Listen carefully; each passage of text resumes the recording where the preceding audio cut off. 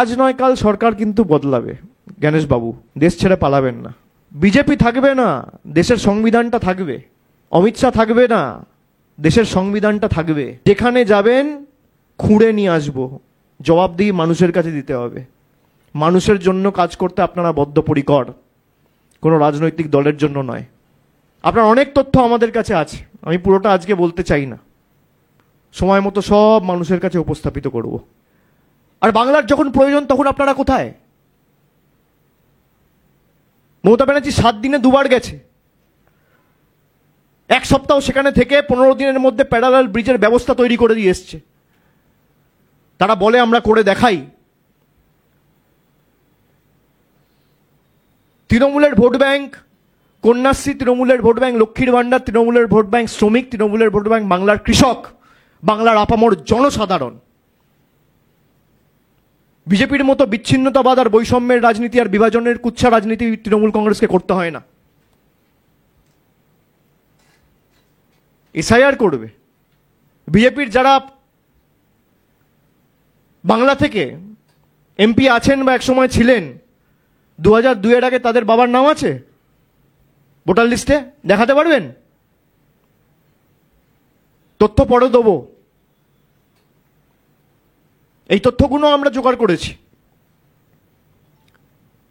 যারা কেন্দ্রীয় মন্ত্রী হয়েছেন তাদের বাবার নাম ছিল 2002 এর আগের যে ভোটার লিস্ট ছিল সেই ভোটার লিস্টে।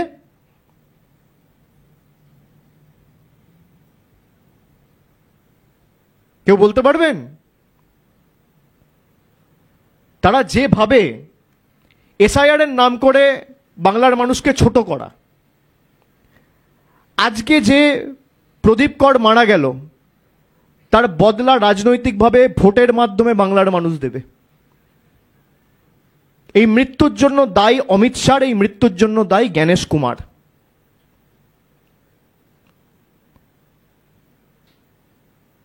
তাদের নামে এফআইআর হওয়া উচিত। তিনি যখন নিজে সুইসাইড নোটে লিখে যাচ্ছে আমার মৃত্যুর জন্য দায়ী এসআইআর এবং এনআরসি করছে অমিত শাহ, করার পরিকল্পনা করেছিল অমিত শাহ, এসআইআর করার চক্রান্ত করেছে জ্ঞানেশ কুমার, এবং তিনিও অমিত শাহর সহকর্মী ছিলেন 6 মাস আগে। তারা বড় বড় ভাষণ দেয়। আপনি নির্বাচন থেকে পালাচ্ছেন, তৃণমূল নির্বাচন থেকে পালায় না। বাংলায় 2টো উপনির্বাচন ডিউ, আপনি করাননি কেন বিহারের সাথে? তার কারণ জানেন আপনি যদি নির্বাচন করান আপনি গোহারা হারবেন। 2024 থেকে 2025 এই অক্টোবর মাস অব্দি 12টা উপনির্বাচন হয়েছে, 12টাতেই তৃণমূল জিতেছে।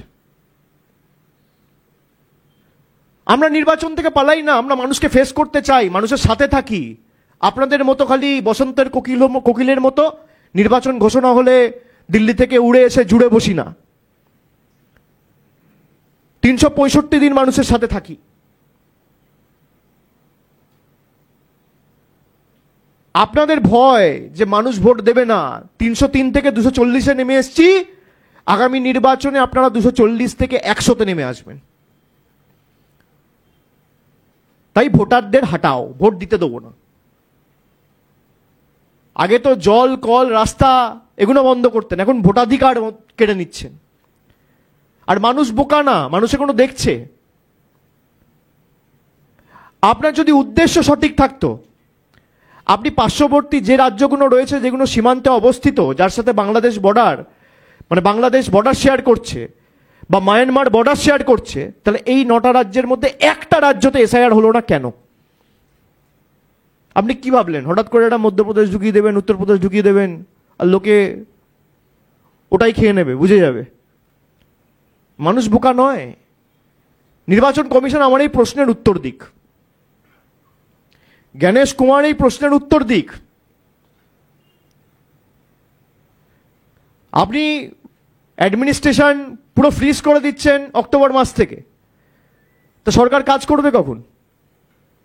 আজকে যদি একটা অঘটন ঘটে তার জন্য দায়ী কে? পান থেকে চুন কষলেই তো মমতা ব্যানার্জিকে দায়ী করবেন, বলবেন রাজ্য সরকার দায়ী। বরফ গলে জল হলে বলবেন মমতা ব্যানার্জি দায়ী। 2021 সালে না জিততে পেরে যেমন পিছনের দরজা দিয়ে বিচার ব্যবস্থার একাংশ তাদেরকে কাজে লাগিয়ে, কেন্দ্রীয় সংস্থা প্রতিষ্ঠানগুলোকে কাজে লাগিয়ে তাদের রাজনীতিকরণ করে বিজেপি বাংলা কন্ট্রোল করতে চেয়েছিল। একইভাবে এনআরসি না করতে পেরে এসআইআর এর মাধ্যমে ব্যাকডোর দিয়ে এনআরসি করার একটা প্রচেষ্টা আমরা হতে দেবো না। আমি জানি না জ্ঞানেশ কুমার কবে বাংলায় এসছে, আমি তাকে স্বাগত জানাবো। আপনি আসুন, আপনি আমাদের অতিথি হয়ে আসুন, আমি স্বাগত জানাচ্ছি।